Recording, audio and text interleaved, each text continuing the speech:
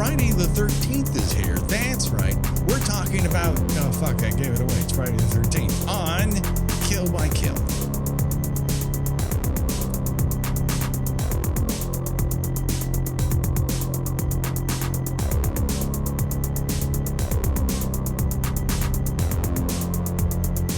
Greetings and salutations, it's your old pal Patrick Hamilton, coming to you once again from Camp Crystal Lake. Wait, do you hear that off in the bushes? I think someone followed us here. This is the Kill by Kill podcast, where we're dedicated to celebrating the least discussed component of any horror film, the characters.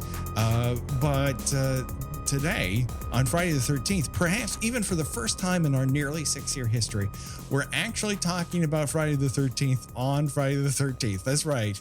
We learned our lesson, everyone. We're gonna talk about it, and you helped us. But before we get to that, there's only one person I trust that if I end up drowning in the middle of the night, she will haunt that camp where it happened and start killing camp counselors until they learn to watch the fucking kids. The one, the only, Gina Radcliffe. How are you doing today, Gina? Watch the kids and watch the grown adults.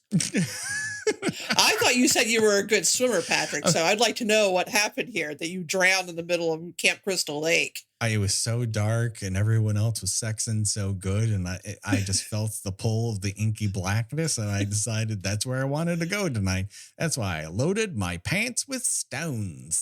Just sank to the bottom. This is nice. It just felt good. The cold, inky blackness swallowing me whole. This got dark fast. So we asked people through all of our social, locales on Twitter, in our Facebook group, on Instagram and Patreon, if you had Friday the 13th questions for us to answer.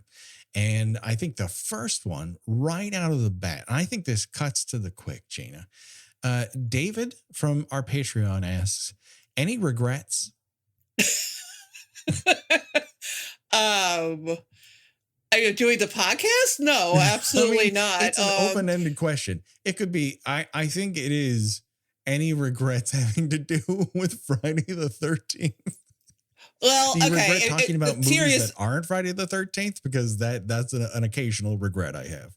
A serious answer would be, I think that if we could go back, we would have gone with the format that we're doing now, which is splitting the movies in half, rather than just going by, kill by kill, which, went against goes against the entire point of our podcast, but it also makes it less of a slog, because we've done some movies in which there's no fucking way we would have survived breaking it down into up to as many as like 5 or 6 parts. Right. Yeah. I think Friday the 13th is really the special sauce there. And I think it worked for the most part. It worked really right up.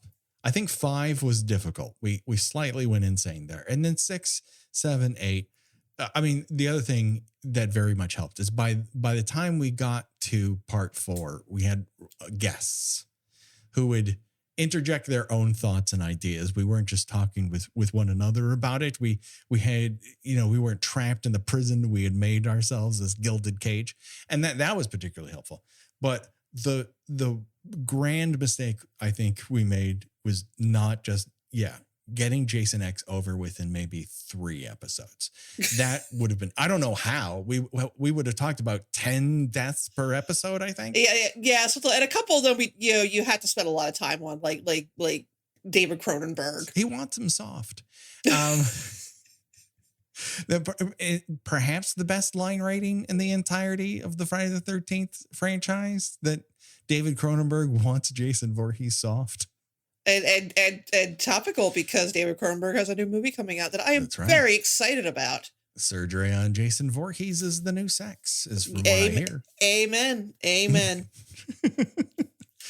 I think that's the big regret is that it ends on us slowly going insane. And from all I can gather, it may have been enjoyable for the listeners. I don't know that it was necessarily enjoyable for us. And I think I drove some of the later guests that we had a little bit batty that we were that insane by that point.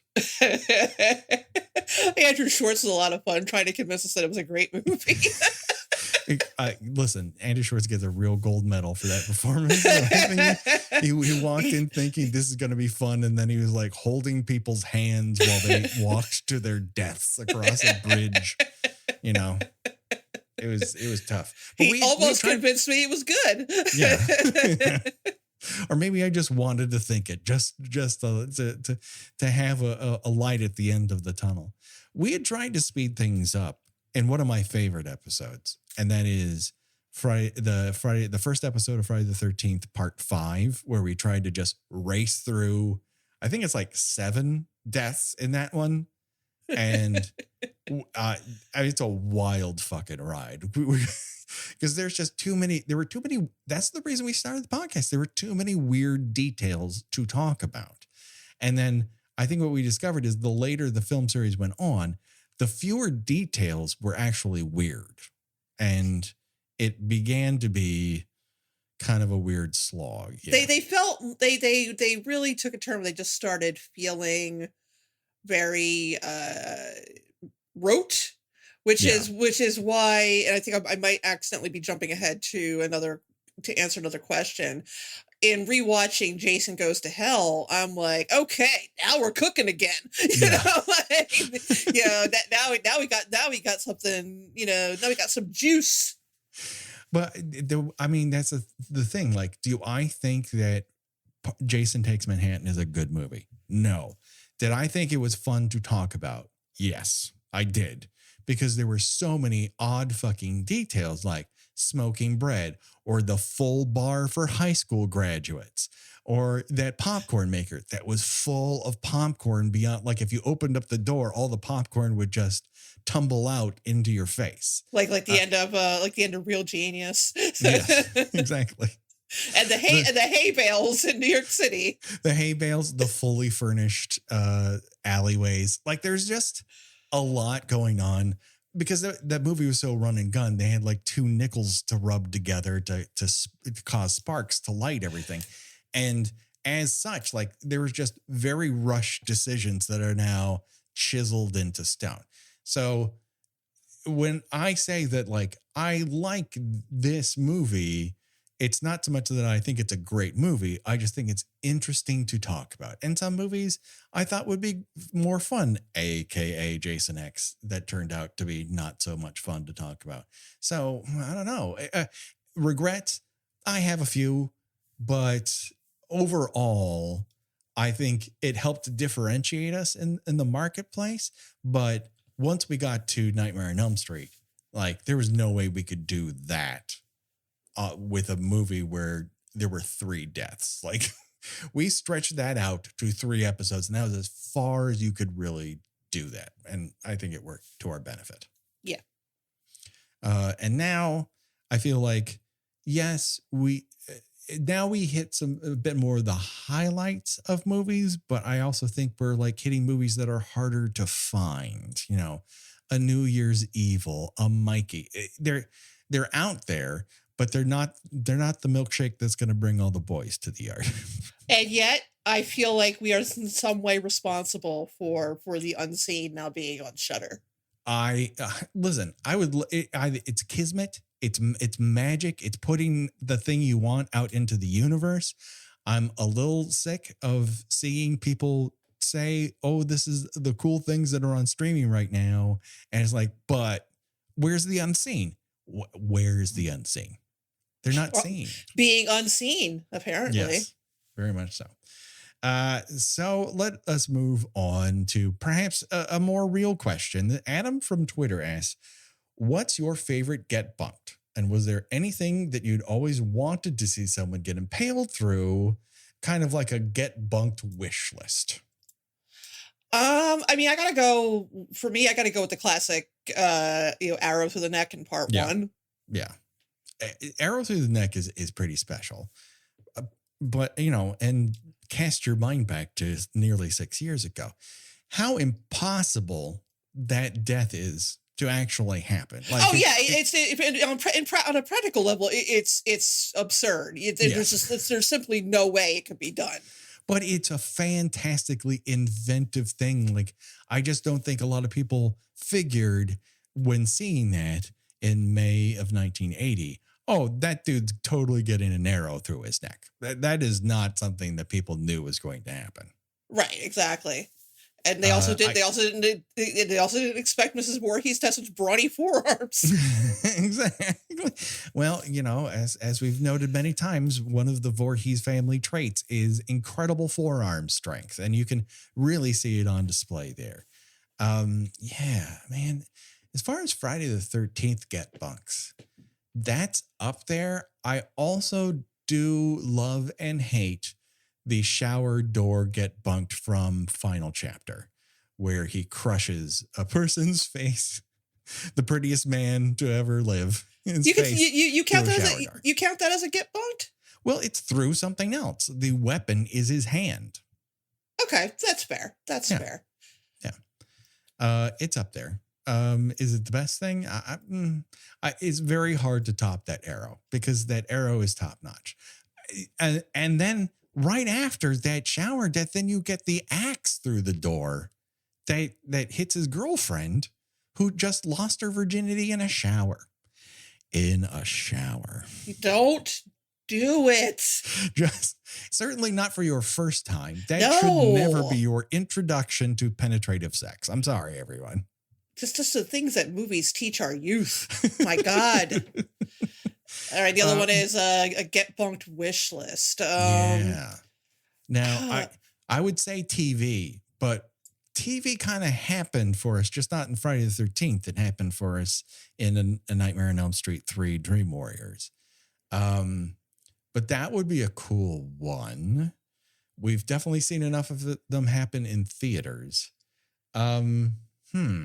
What is something Captain America Shield? Why hasn't that happened? I mean, I don't want to spoil anything for our listeners who haven't seen the new Doctor Strange yet, but there is some brutality exacted with there is. Not Captain America's shield, but something similar to it. I don't want to give anything away. Right. Yeah.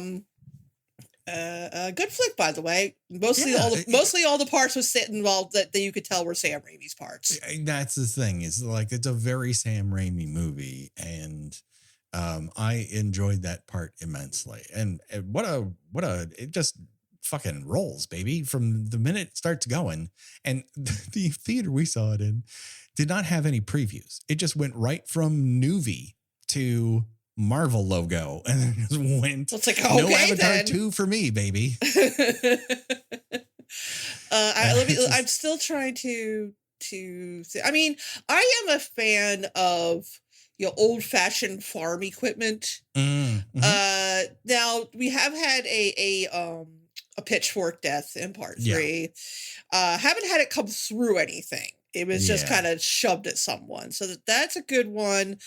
I'm a fan of the sickle, or the Grim Reaper style scythe. Yes, those are always good, even though I do not think those are used on modern farms anymore.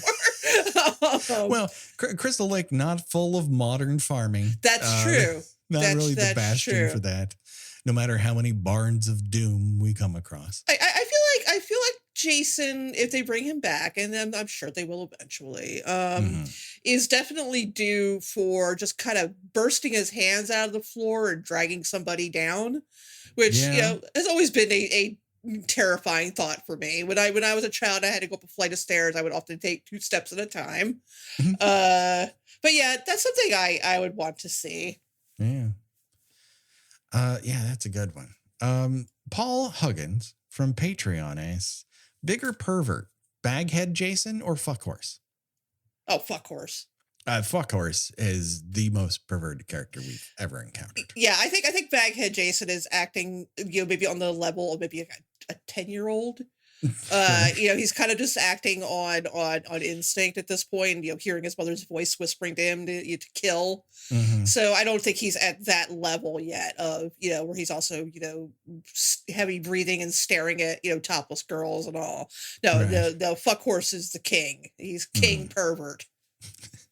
And if we're pound for pound horniness, when it comes to part 2, Crazy Ralph has to be entered into this equation. Oh, sure. He's peeping. He's a peeper. He's a peeper. And don't let that great posture when he's biking fool you. He totally wants to peep on you through some windows. Yeah, you would think he'd get caught a lot more often because he's not all crouched down. It's true. Just standing straight and tall right in front of that window. His back is too rigid, his spine made of steel. And yet everyone's too occupied doing it to notice him peeping through windows.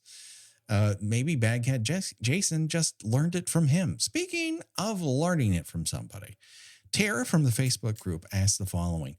Random theory. Ethel and Junior from part 5 are in fact the widow and son of Crazy Ralph. Sure. Why not? I mean, there's no evidence against it. We never saw Crazy Ralph or we do know that around town, he's like, go home to your wife. But if your wife was Ethel and your kitchen was full of twigs nailed to the wall and kitchen cabinets, would you go home? And your son is an overgrown man child. I would not go home. Spoons. I'd be hanging out at that Crystal Lake diner. Yeah, no. Riding my little bike around, peeping in windows. The occasional person. Warning them off, but not too much, because when they leave, who are you going to peep on? Yeah, I was going to say, nothing to peep at. Holy Moses. Ethel and Junior. What wonderful characters. Yay. Oh boy, oh boy, oh boy. Such sensitivity.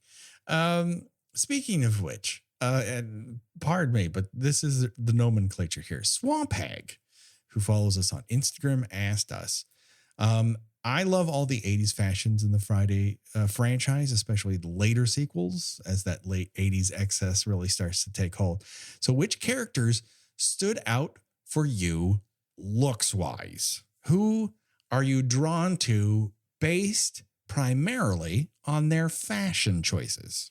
Oh, I feel like we're both going to be in agreement and say Violet in part 5. Yeah. And then there's the other, I don't remember. I want to say her name was Diana, from part 7. The girl who, dressed way too nicely for a birthday party in the woods. Right. And got herself all dolled up because she was trying to get, the attention of one of the guys at the party. Yeah. So she had a very like middle school, Sadie Hawkins dance look to her. Yeah. That gave me a lot of nostalgia. But I think it's Maddie is Maddie. Yeah, I think I think that's right. Her real name is Diana. Okay, all right. But definitely, certainly for cool factor, I gotta go with Violet. I gotta go with the guitar player, Jason Takes Manhattan. Yeah. See, that's the thing. That when it comes, like, people really kind of are underserved in that 8th movie, and the guitar player gal. Really, she deserves so much better. Like, if she were the lead of that movie, you got something there. Yeah, and the problem is, like, all the uniformly, like, the male characters are either preppies or jocks or preppy jocks. So there's not much you can say about them. With the exception of part 8, we see a lot of sportswear enter. Like, JJ has that sort of Adidas athletic suit that he's wearing, and then another kid has that sort of starter jacket. Like, that is very much a me of the time look. Yeah, and then on the other hand, you have part 5, our lovers who are dressed like they are on their way to a community theater rendition of Grease. Yeah, it's a real interesting look that they've got going on. That is when they're not, standing in front of mirrors taking off all their clothes, because that's what ladies do when they're alone and there's a mirror. They have to see what's doing. Yeah, that's I think those are my big fashion standouts. Hair, that's all over the place. Like, is there a bad head of hair in Final Chapter? I'm not sure there is. Like, there's some real LOOKS turned backwards looks. LEWK. David from Instagram asks, if there were to be a new film, what kind of story do you think would actually work? Would you go the reboot? Would you sequel to the 2009 reboot? Would it be a requel, a traditional sequel fitting into the timeline pre-Jason X? What is the route that you would take? Well, I have often heard people discuss the idea of a Friday 13th in the wintertime movie. Yeah. And I think that would actually be pretty good. Yes. I think you maybe get like a little bit of one from column A of Friday the 13th, one from column B of The Shining. You have somebody going, maybe not bringing his whole family, because I don't know how many people would actually do that, but somebody staying in a cabin to maybe work on a novel or something. And I mean, I don't know what sort of contrivance you could come up with to make Jason somehow still alive. Uh-huh. But on the other hand, I didn't know what kind of contrivance you could make up to have Leatherface still alive. Yeah. And yet it was supposed to be the same Leatherface from the 74 one that was in the recent Netflix Texas Chainsaw. And I found myself in my, that gif of the lady figuring out calculations. Sure. I was basically trying to figure out how old Leatherface would be at this point. Yeah. And at minimum, he's about 70. It's hard in your 70s to really get up the gumption to kill an entire bus worth of influencers who've kind of tried to Bitcoin your hometown. And that would be suggesting that Leatherface was a teenager during the events of the original movie. And I don't think he was supposed to be. Yeah. That was a large boy. Yeah, it was a big boy.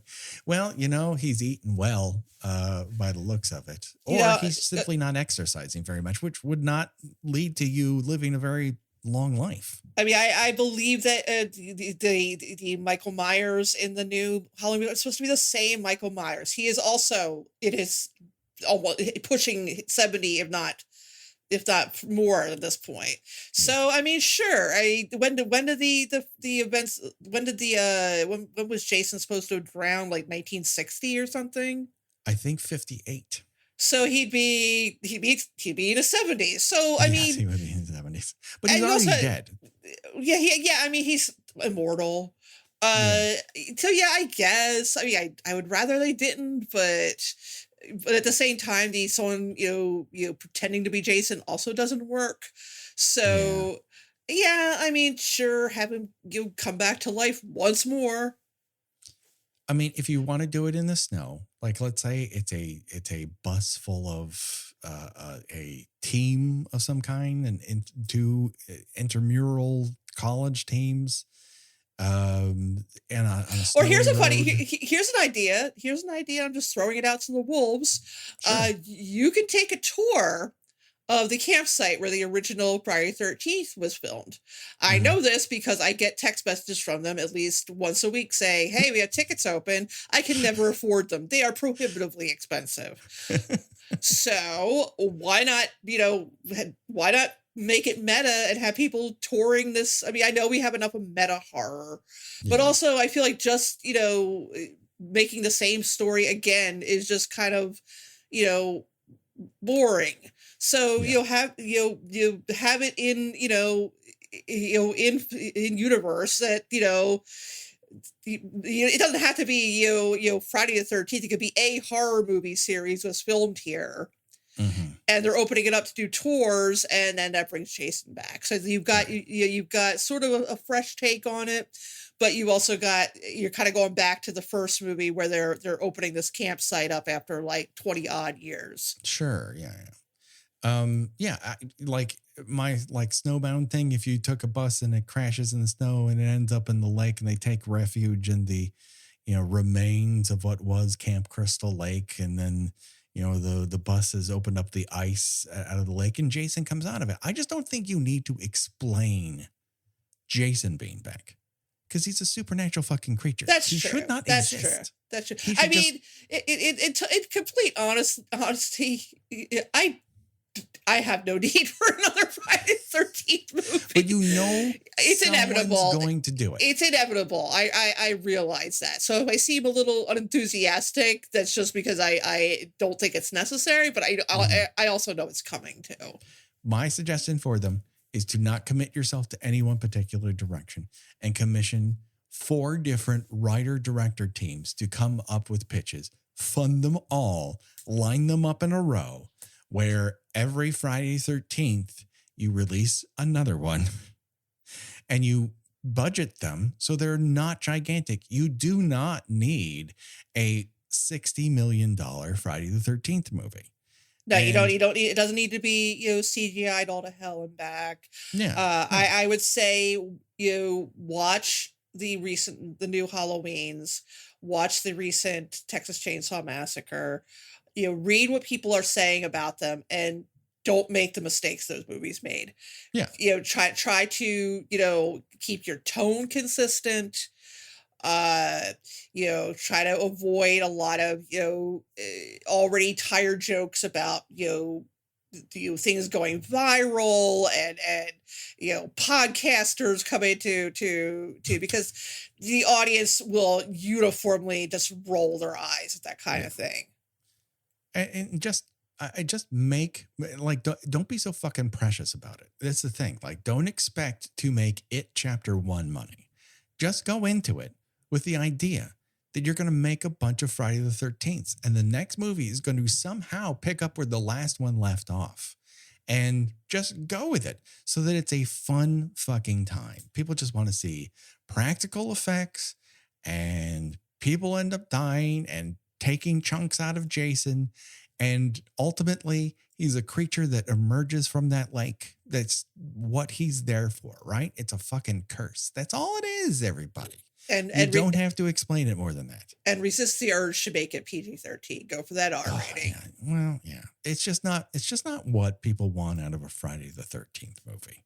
I'm sure there are scary PG-13 movies out there. It's simply not what you want out of a Friday the 13th. It's not what anyone's going to show up for. Now, Glenn, who reached out to us several different ways, emailed me, posted on IG, had about 5 questions. And I would ask them all, but not sure we have time for every single one of them. But I think there are a few here that we should talk about. One is, who is your favorite Jason in the franchise and why? She lists Ted White, and I would probably go in the Ted White direction. Ted White is a hell of a fucking Jason.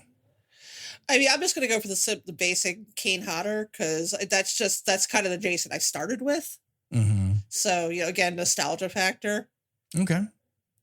I've come around to Richard Brooker, particularly in part 3. I think I was overly harsh about 3 because I'm very obsessed with why a 3D movie needs to show 2 different people pooping. But when it comes to the Jason content, he's a really interesting evolution of the previous Jason. Of course, he looks nothing like the Baghead Jason, and he might be an entirely different creature. We just don't know. It doesn't line up, and it doesn't make sense, and it doesn't need to. Again, this is a weird curse. And I would say that Derek Mears was a hell of a fucking Jason. Yeah, I think that Derek Mears took a different, and that doesn't mean bad, approach. I think we described it once as parkour Jason. He seemed like a really fit Jason. he's a mover, that Jason. And I think he's a physical threat in that, whereas Jason had like sauntered, like CJ Graham in part 6 has this kind of very remarkable walk where it's there's a lot of arm movement to the point where you can kind of hear we're moving on up in the background. Keep on trucking. Keep on trucking sort of movement again. Listen to our Halloween H2O to hear more about this weird walk that everyone seems to do at some point when it comes to these mass killers that makes zero fucking sense. But Derek Mears, when he had the intention to come at you, he didn't fucking dawdle. He's like, I'm here to do a job, and that is put this machete through you. And he went for it. And there's the problems with that movie are not Derek Mears Jason related. No. As much as I dislike the coat, but that's neither here nor there. That is now that is now the stuff of legends. Jason. Who is the worst Jason? The worst Jason? Yes. I mean, God. Who played him in 5? We have John Hawk plays him in the opening dream sequence, and then Tom Morga is the one who shows up as hallucinations.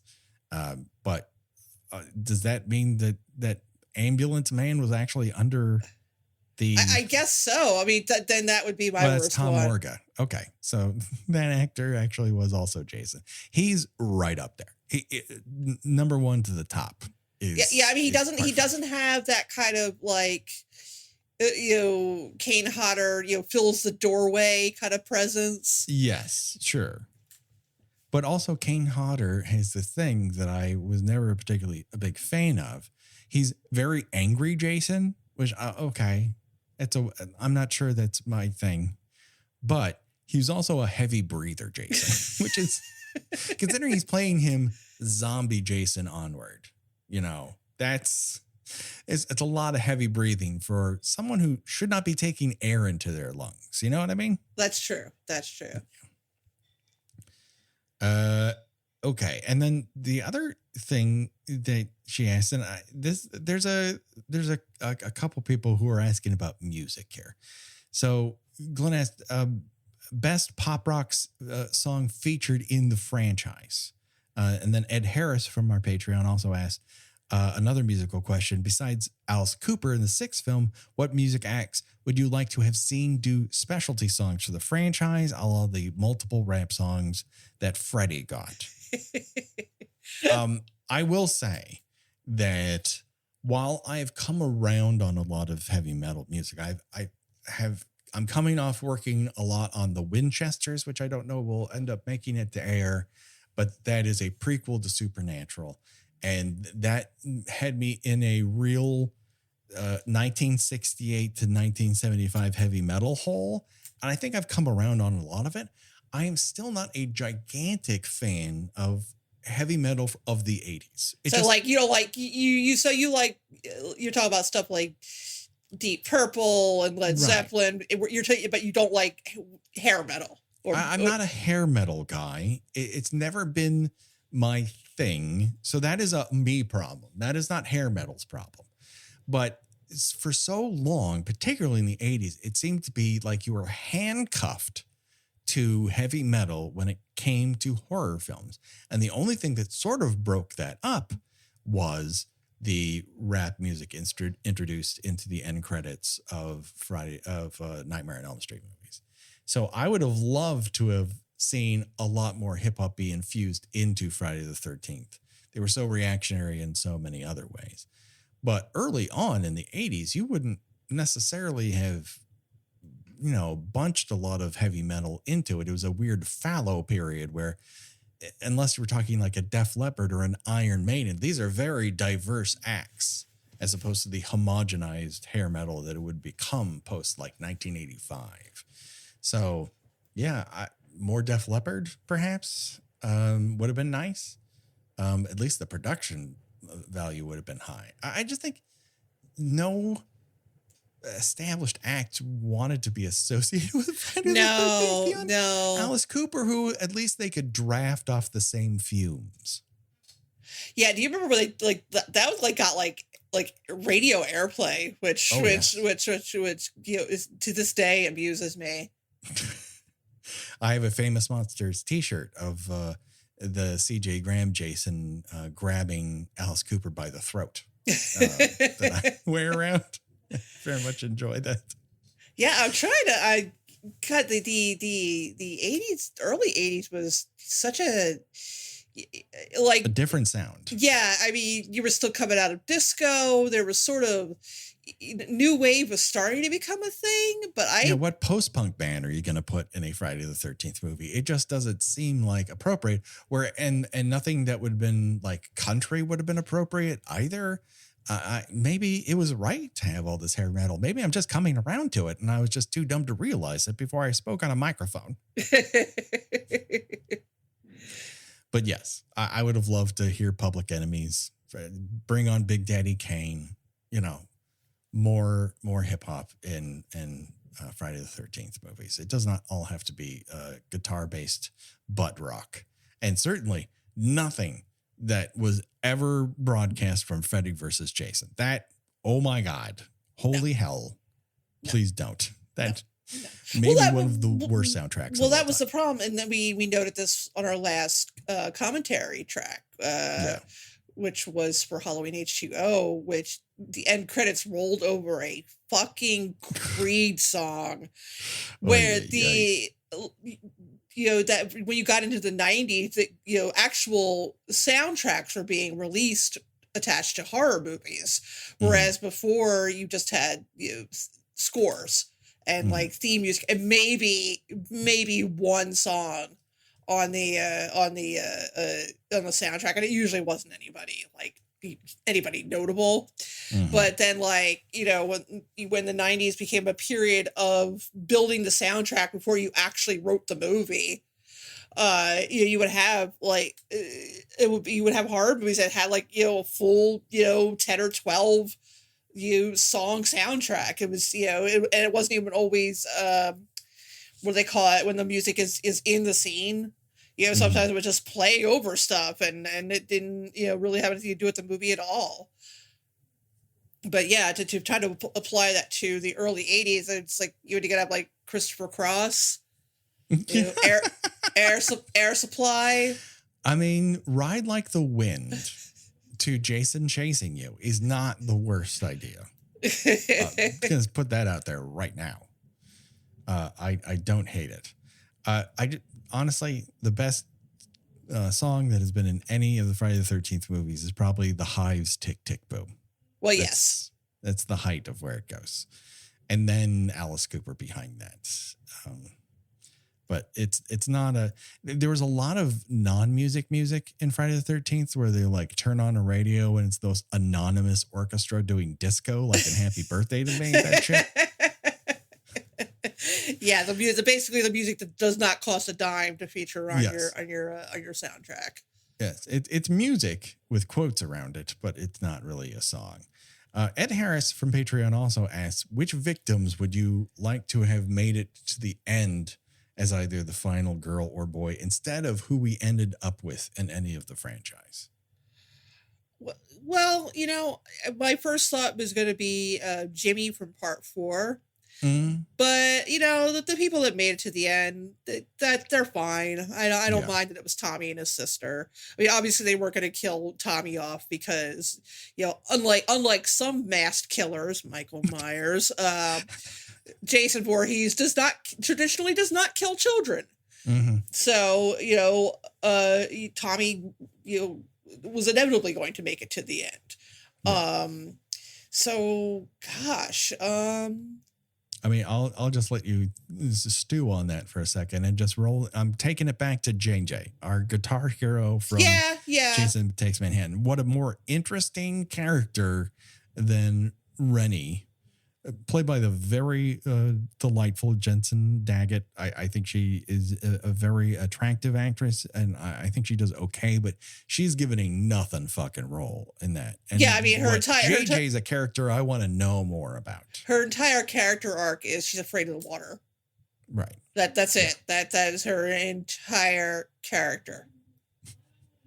Yeah, I agree with you that it would be interesting. It would be interesting to see one of the, well, we have to have, the bitchy girl. We have to have the, the the girl who, is surgically attached to her boyfriend.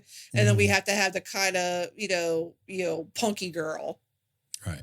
But yeah, those are the people that, those are also the people that are the most likely to die, while you have the quote unquote normal girl making it to the end of the movie. Normies die. Here's my new rule when it comes to slasher movies: kill the normies. Exactly. Don't need them. Not interested. Yeah, I think weirder people. In 2022, I think we can move away from the character that's most coded as being a virgin, as being the person who makes it to the end of the movie. I think we can finally retire that trope. And we said this again. We're really pointing to this H2O commentary that we did on our Patreon. But I asked this again: what is it about Laurie Strode's unbroken hymen that makes her able to outlast Michael Myers? Zero. It has shit all to do with it. It's just not fucking why she lives to the end of that movie. And people need to get over that. And Friday the 13th as a franchise has not really been one to double down on that specific trope. It's touched on it once or twice, but like when you're talking the first one, like the reason that Alice lives till the end is because pot makes her sleepy. She smokes, she drinks, she has sex with a very hairy Steve Christie who does not satisfy her in any meaningful way. And that brings me to the other person I would love to have seen, who honestly, in my mind, deserved to be the final girl in that movie. Of course, my beloved Brenda Jones, Laurie Bertram. That is a fucking incredible performance. I love that character. I think that movie, when you don't know shit about it, actually works a lot better. If you did not know anything about it, you might think that Robbie, I'm sorry, I mixed up the actress with the character. Laurie is the character. No, wait a second. It's the other way around. Fucking, I don't know what I'm talking about. Now, Brent, you talk about the character that looking at it in grown up life experience eyes is pretty much, oh, she's bisexual. Okay. Right. Yes. I think that character is really interesting, and she's the one character who has to be like drawn out in order to actually be killed, because there's no way that Mrs. Voorhees can take her up close. So, it's one of my favorites. It's a good one. She's a good one. Yeah. Okay. So, our old friend, returning champion, Brendan Klein. You know him, you love him. Ask us this question. If you had to add any Friday the 13th character on as a third co-host on the podcast, who would it be? I got to go back to Jimmy. Because sure. I just think that, and really what I'm saying here is I'd like to have Crispin Glover be our third co-host, because I think he just brings we both bring a weird energy to the show, but I think he can really push us over the top. Mm-hmm. No, he certainly would be. We wouldn't know which way he's coming or going. That's for sure. He would keep us on our toes. I just want to hear him say, "Patrick, my God." With like his mouth. I would never dream of calling him a dead fuck. I would would not pass my lips. His mouth just kind of hanging agape in dismay. Yeah. Yeah, I realize I'm kind of confusing him. I'm kind of mixing up with his character in The River's Edge. He's like, just kind of like messed out white trash and that, but like I love that character. I like that movie because I went to high school with all those people. So right, yeah, no, it makes sense. Yeah, I'm trying to think if anyone else really comes out to play with that, and maybe Alan from Six, who follows his friend from the mental institution out to dig up the corpse of a serial killer. That kind of friend you can rely on. Yeah, he's not going to flake out. I mean, until somebody rips his heart out. Right, exactly. That's the only thing stopping him. Whether literally or figuratively. True.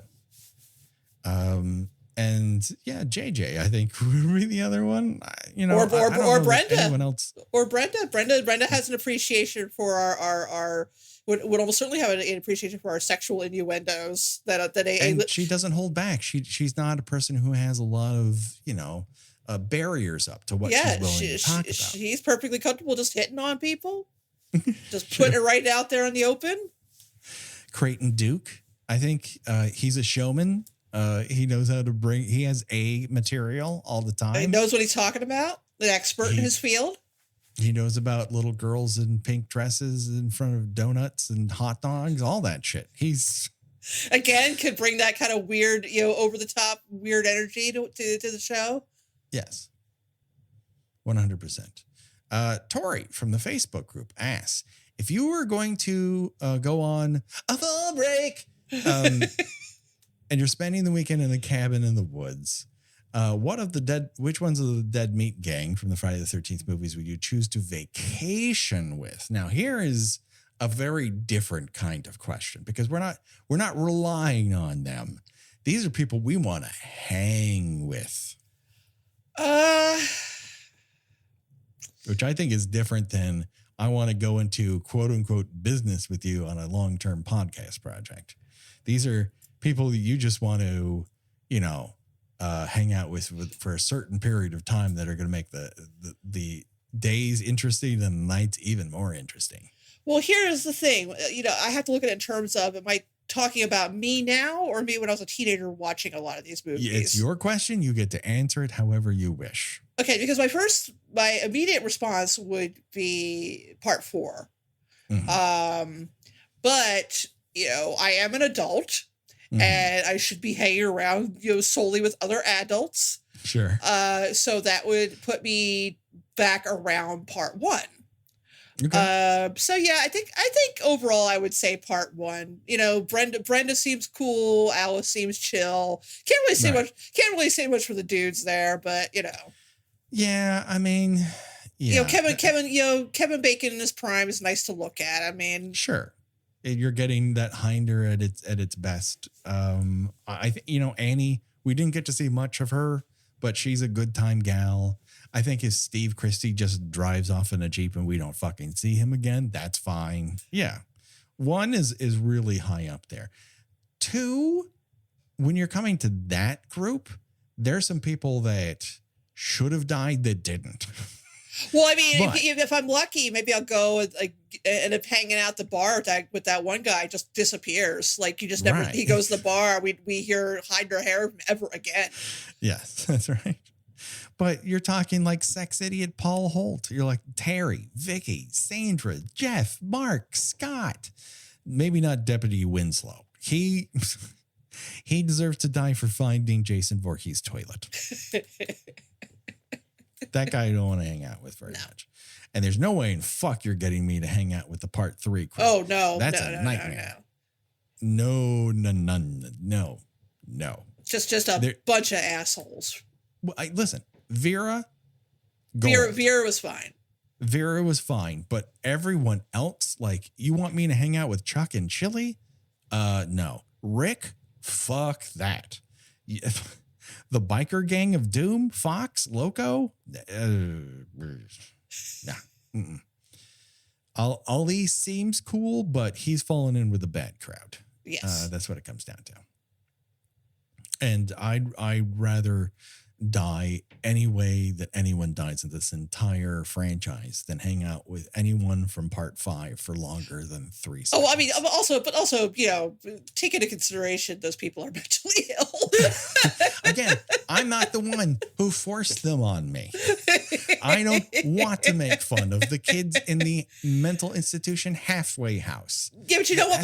The Friday the 13th did to me. But you know what? The mentally ill teens, but also you've got Edna and her idiot son. You've got the disgusting ambulance driver. There's no good characters in this movie, except maybe the old grandpa that cooks at the halfway house. He's all right. He's perfectly fine. He makes good even though he pancakes, brings his young grandson to hang out at the mental hospital. I guess he doesn't have anywhere else to put him. I don't know, man. That whole movie it's a real memory hole. We've tried, people. We tried. Aside from the whole jacket Jason controversy, Zach from Twitter asks, what is your thoughts on the concept of Pamela Voorhees' head following Jason throughout the entire Friday the 13th series? Yes, even into space. Like she's constantly up in his head, like, you gotta kill for me, man. Come on, baby. Do it for mama. It's a bit much. It's a bit much, but the trope started it too, and they just can't let it go. Yeah, it's kind of a question of like, hey, Pam, how much is going to be enough for you? Because this is, granted, I mean, if I lost a child, I would almost certainly be driven into a murderous rage, particularly if my child's death came at the hands of someone else's irresponsibility. Right. Yes. But when you get past, victim 100, I'm like, you know what? I think I made my point. I'm sated. Again, comes back to the whole Jason isn't really a Jason. I think that's just like a grudge curse given physical form. This is my headcanon. There's nothing to necessarily explain it. The movie is desperate to make me believe that this constantly transforming homunculi is actually a real person until he dies and then stays in the grave and then gets struck by lightning and is risen again. I don't know. It's all, hokum to me. So I think it's something it's just part of the grudge. It's the curse, I guess.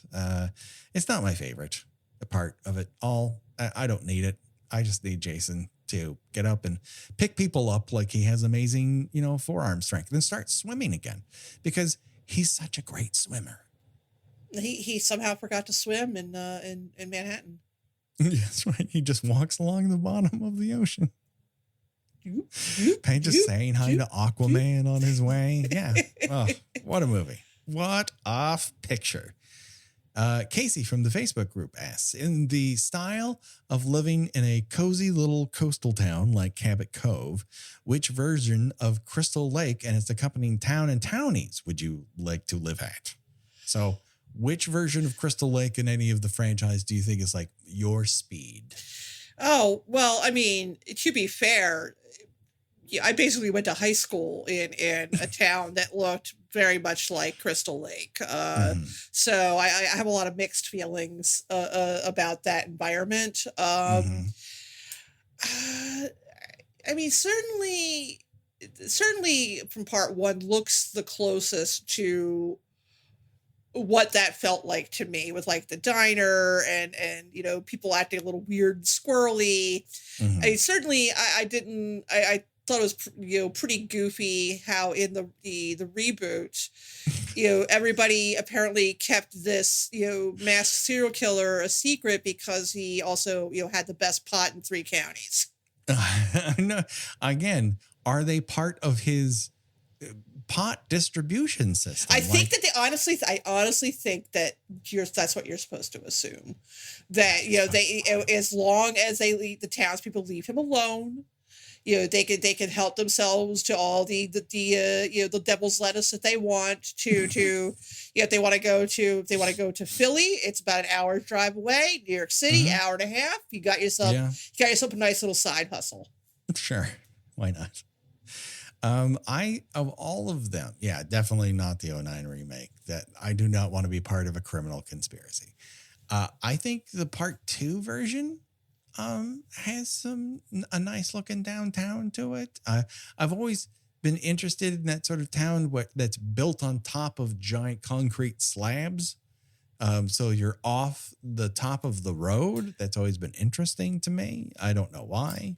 It's just one of those things that draws me to those early Friday the 13th movies. But I think probably out of all of them, the being in a lakeside community thing from part 4 is my jam.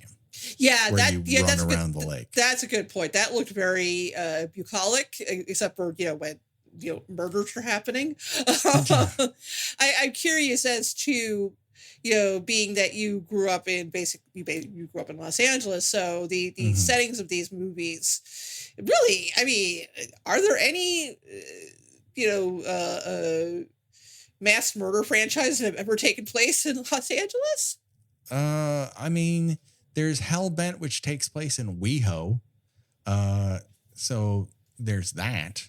Most of the LA killers get killed off right away. So right, because you've got you got Cobra, you've got 10 to Midnight, but there aren't any franchises that really. No. So a woodsy setting must be either you must think, oh, that looks nice, or God, that looks terrible.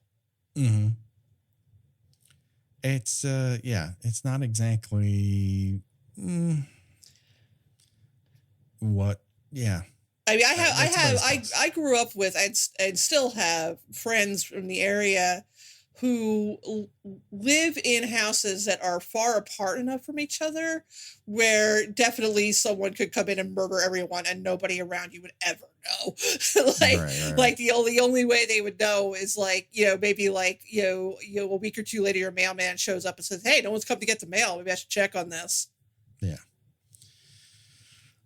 Lindsay Travis, future guest at some point. We're gonna get Lindsay Travis on the show, but she's busy. She works for a living. She says someone we need to, and she says the "he's killing me" line, and she says part 5, but I'm pretty sure it's part 4.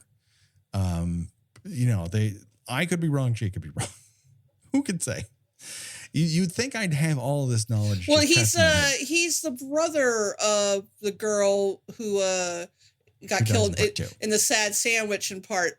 Was that part 2 or part 3? That was part 2, sad sandwich. Oh, okay, all right. But he's trapped in the basement. He fancies himself a real Jason killer, and he ends up. Jason is way too much for him, and he ends up getting killed in that basement. And he yells, "He's killing me!" And her question is this the scariest or the funniest line in the series? I think it's pretty scary. I think it's pretty scary. I think it's pretty effective.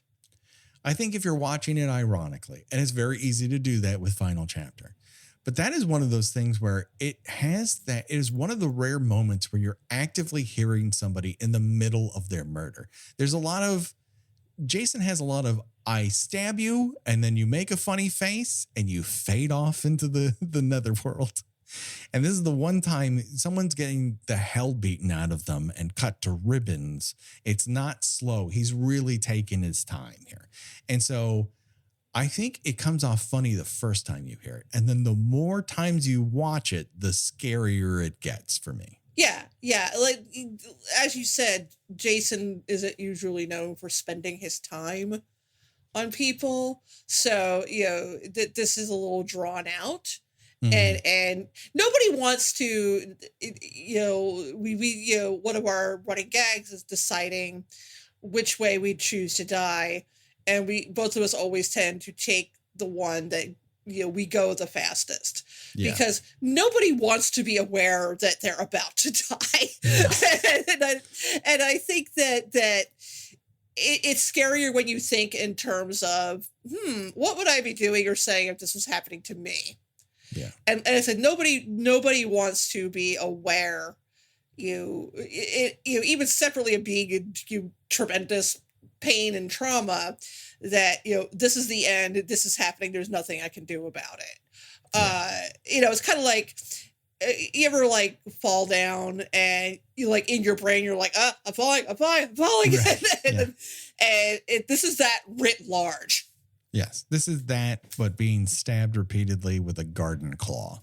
That is not a quick death. He does not get a quick win. He's not getting impaled by spear or, stabbed in the head with a knife. This is a very elongated death. And his cry of, "He's killing me," and how you can't do anything about it is the more you think about it, haunting. Well, yeah. In the moment. It's funny. Yeah, well, yeah, you have to think in terms of, you read and watch enough true crime, and you realize that it actually takes a lot to kill someone. Yeah. I mean, okay, you pop them in the head with a handgun, fine, but anything else, strangling, stabbing, whatever, it takes a while. And I think a lot of slasher movies, don't want to go there because it's True. and I'm glad they don't, because it's too much. It's better to just have somebody's head get cut off with like a machete or something, because it's quick and it's clean, and it doesn't feel, I mean, the word pornographic isn't quite what I mean, but like graphic for graphic's sake. Yes. Like there are a couple horror movies that they're a little, and I realize I am saying something shocking to the horror community at large. Some of them are a little too much for me. Like Hatchet. That movie's a little too much for me. It's a lot when someone gets their jaw ripped off of their skull. Yeah. Laid to Rest. I have seen that. I'm like, I never need to watch that again. I don't. It's what drives me away from the whole Saw thing. Like I don't like prolonged. Like as close as prolonged as it gets is the Scream thing, right? Where it takes a while to actually put someone down, right? Right.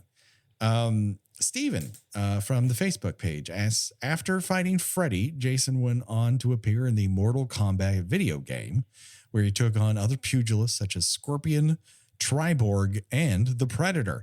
Which other fictional characters should he take on?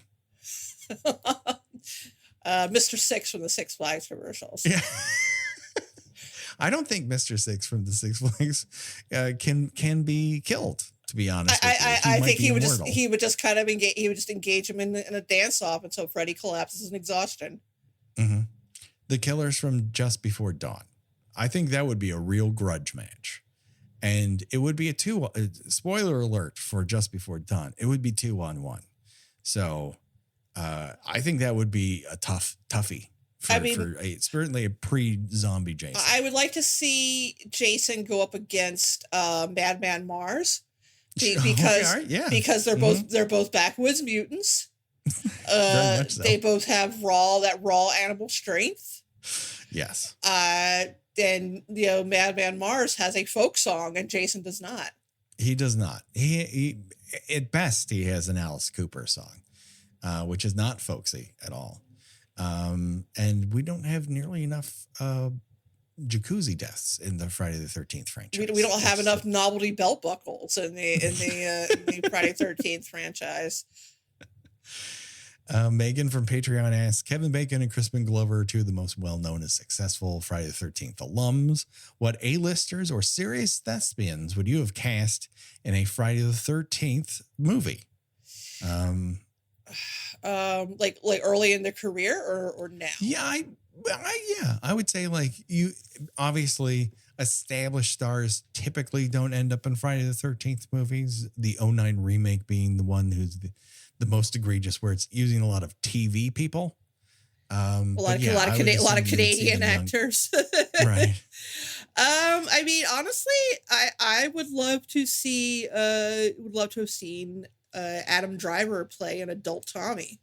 Oh, okay. Because I think he's got that sort of very, unintentionally, because he seems like a lovely guy in real life, but the kind of unintentionally menacing energy. Yeah. Yeah, I can totally see that. I'm trying to think of their name from Happy Death Day. The lead actress who plays Tree. Why do I remember her? Jessica Roth. I think Jessica Roth is really interesting actress, and I don't think she's getting nearly the opportunity she deserves. I think she's really interesting, and she would fit in that Friday the 13th universe rather easily. I would throw out there Florence Pugh, mostly because she's a really good screamer. Mm-hmm. She's got that nice hoarse scream. Yeah, we were talking about how we love Jamie Lee, but Jamie Lee is not a good screamer. It's a little piercing, a little shrill.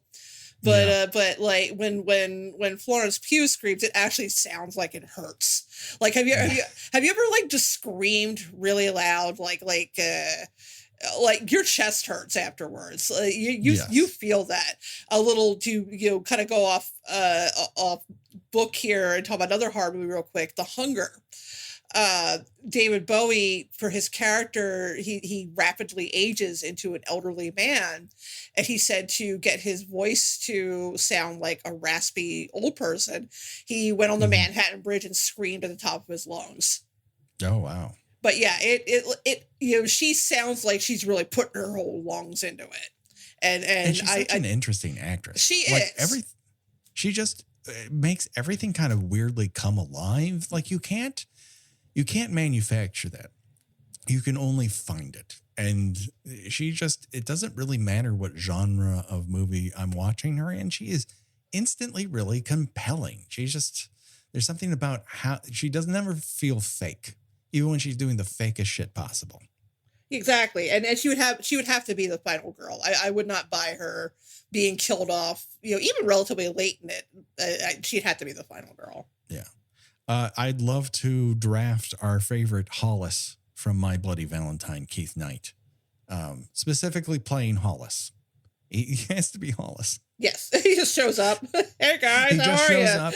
He's cool as fuck. Everyone listens to what he has to say. He keeps his head together under pressure. Gotta love it.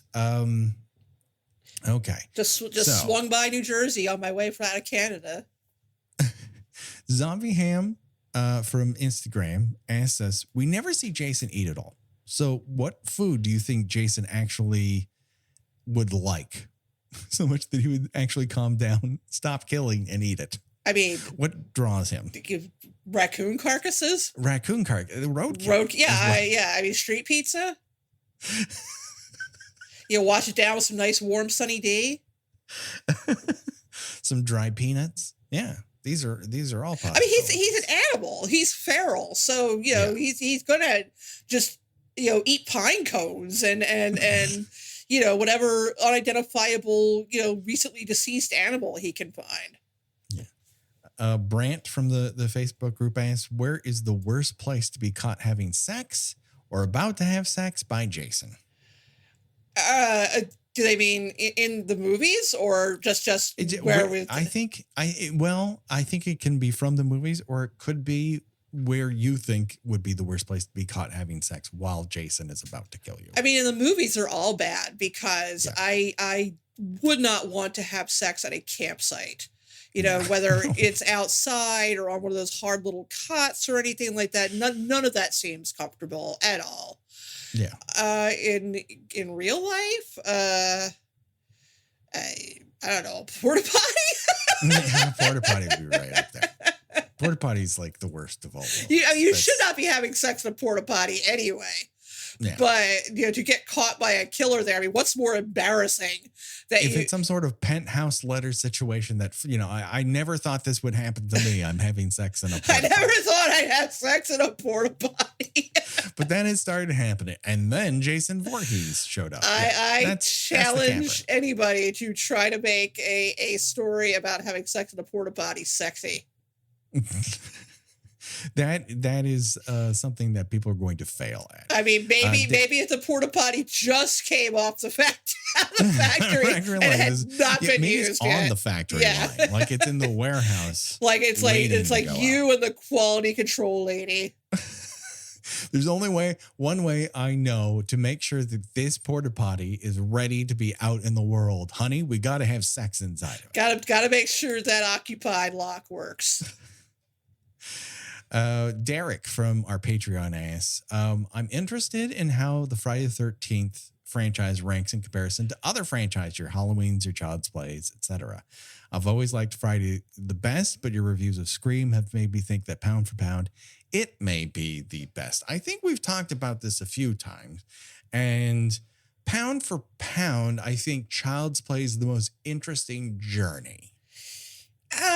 I mean, I'm gonna agree with Derek and say I do think Scream is the best one. Because I don't think there are any bad ones in Scream. Now, That's the three is the weakest in the Right. in the franchise, but it doesn't make it a bad movie. It just means it's the weakest in that bunch. Yes. I think if you're go ahead, I'm sorry. No, I was just gonna say, you compare it to the worst of any of these other franchises, and it's like fucking, The Godfather next to Part 5 or Dream Master, or take your swing at any of the weird Texas Chainsaw Massacres. Like, it doesn't quite work, but the reason it doesn't is because the executive producer of it is fucking with the movie, because the movie is telling the audience, hey, this guy who's the executive producer is an avid rapist. That, to me, elevates it above most art, because it's trying to tell everybody the truth. Yeah, if they had been allowed to do what they wanted with it, it would have been much better. But Yes. and again, you've got Parker Posey's character who really elevates it. It's not a bad movie. It's just compared to the other ones, it's not as good. Yes. Now, and I think they course correct. Yes. And I think just the overall quality might make it the franchise with the most quality entries in it. And see, for the opposite of that, it's hard for me to. It's got to come down to between Friday the 13th and Halloween. Like when they're on, they're really on, and when they don't work, or when they're lazy, or in the case of Halloween, when they keep making the same fucking movie over and over and over, that it just completely loses me. Nightmare on Elm Street, again, Dream Master is pretty bad. And I'm not a huge fan of Freddy's Dead. But the rest of them are good to great. Yes.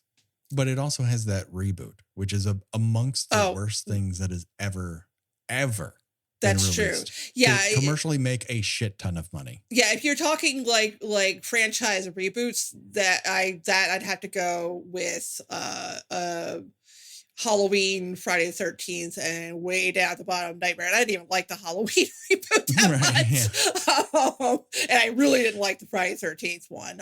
But Nightmare is even worse than that. So what's really worse is that the movie they wanted to make there is interesting, and they got scared, and as a result, they made something that's pretty much reprehensible. It's reprehensible. Yeah. I kind of lost interest in the Texas Chainsaw Massacre after 3. And from what I understand, they just keep adding family members and origin stories and extra people and different ways of how Leatherface became Leatherface. I'm like, I'm good. Yeah. I do think Next Generation is something we might want to consider for the show. Is that the one with Matthew McConaughey? Yes. Yeah, because you got a lot of people who went on to much better things, doing some interesting things in this. And it's a buck wild fucking swing. That's a movie that's swinging, baby. So do they hit the ball? Oh, fuck no. But the delicious noise they make is they twirl around the base in cartoon fashion, like Goofy at the bat, is well worth our time and attention at some point. That's a real stay tuned. William from the Facebook group says, at what point does Crystal Lake connect directly to the ocean? We'll never know. We'll never know. It's a magic portal. Maybe Doctor Strange is involved. But he also asked, why haven't there been recurring female protagonists? We know that Alice gets Jason in the same movie, but all the others are one-stop shops. And to me, that's a bonus. Yeah, because they would be too close to Halloween then. Yes. And it's not like a lot of these franchise sequels that do bring back people end up serving those characters well. Hence, what happens to Laurie in the H2O to Resurrection era, and to keep belaboring a point, what happens to Sally in the recent reboot of Texas Chainsaw, where you want to talk about a character ill served. Yeah, by a script. There you go. There's your example. Sydney and Gail are a special sauce, and you can get very high on that supply to believe that all these people could have brought back the same person to constantly survive it. But there gets to be a diehard factor where how many times can this dude barely escape death? Right. And it just gets too ridiculous. It just has to be a new group of people in my mind. Yeah. And that's part of the special sauce of what makes Friday the 13th Friday the 13th. Frankly, not all horror movies have to be, quote unquote, really about trauma. Yeah. Sometimes it could just, sometimes a cigar is a cigar, and it could just be a mass killer, running around stabbing and slashing people, and that's fine. There's always a place for that at the horror table. We may have reached the height of trauma-born horror. Like there's always an element in it. Well, but I think the high key element of trauma is an absolute starting point for either our killer or our final girl may have reached a zenith. Yeah, I think that the problem is that I don't feel that it's appropriate when inserted into a slasher genre, because those movies tend to, by design, feature a lot of throwaway characters, a lot of characters that the audience wants nothing more to see them die brutally. You can't combine your Hereditaries with your Halloweens. It just doesn't work. It's a totally different type of movie. It's a totally different type of subgenre. Cody from our Patreon asked, I think, a good question to go out, and if we got such a wonderful response from everyone. Thank you, everyone. We thought, it's my busiest time of year, and Gina's got a lot of shit going on, so we thought maybe we were doing this too late to ask people, but you responded in droves, and thank you. If we didn't ask your question this time, we will try to pick it up, and if you sent it in or we didn't ask your exact question, our apologies. But I think Cody has a good one to go out on. I think. And that is, has your opinion on the films in the series actually changed upon rewatch? Yeah, I mentioned, I actually, upon second viewing, I found Jason Goes to Hell a lot more entertaining. Now, that doesn't mean I thought it was, better, just because it's still a not very well made movie. There's no follow through on any of the ideas that they kind of toss up in the air. The ending with Freddy dragging him down, it's pretty silly, but I do appreciate there was an attempt. And a gold star. I mean, I love the heart eating scene. That part, upon second viewing, I'm like, oh, this is fucking great. With the little Tinkerbells flying around.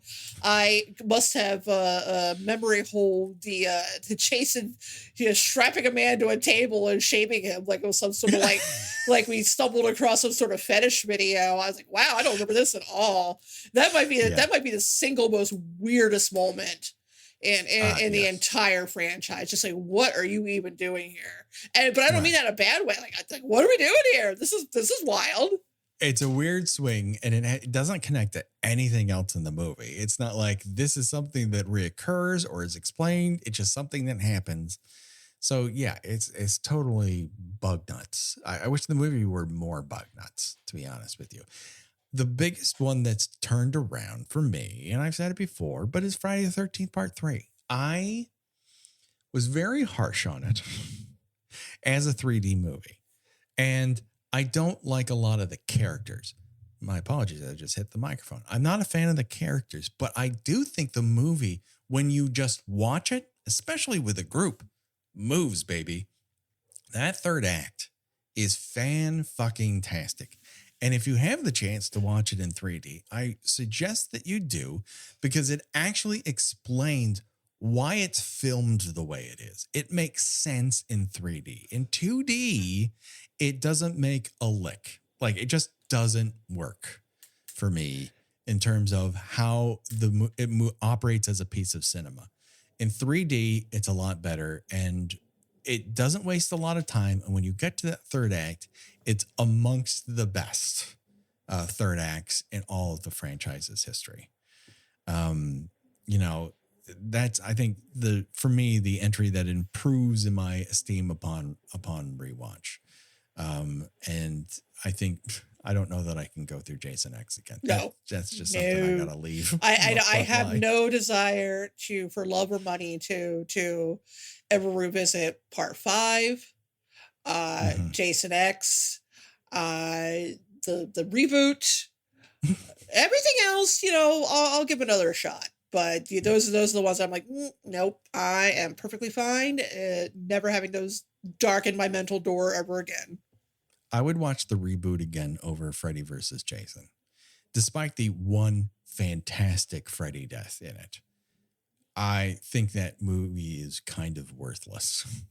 And that is the one that really dropped, because I thought that was a real romp. And upon watching it and seeing its very misogynist themes, it's just kind of hateful. Yeah. I'll throw that one on the fire as well.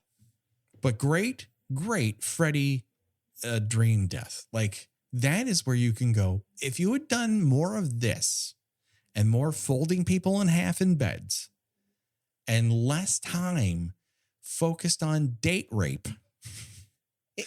And you didn't kill off Catherine Isabel like the first 25 minutes. Yeah. That's just fucking ridiculous. People screaming in the middle of the school hallway. What a picture. So that just about does it, everybody. It's Friday the 13th.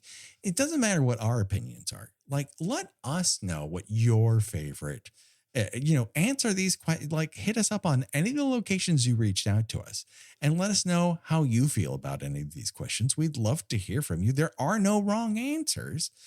Unless you're a giant fan of Jason X. Then you're wrong, you're bad, you should feel bad. No.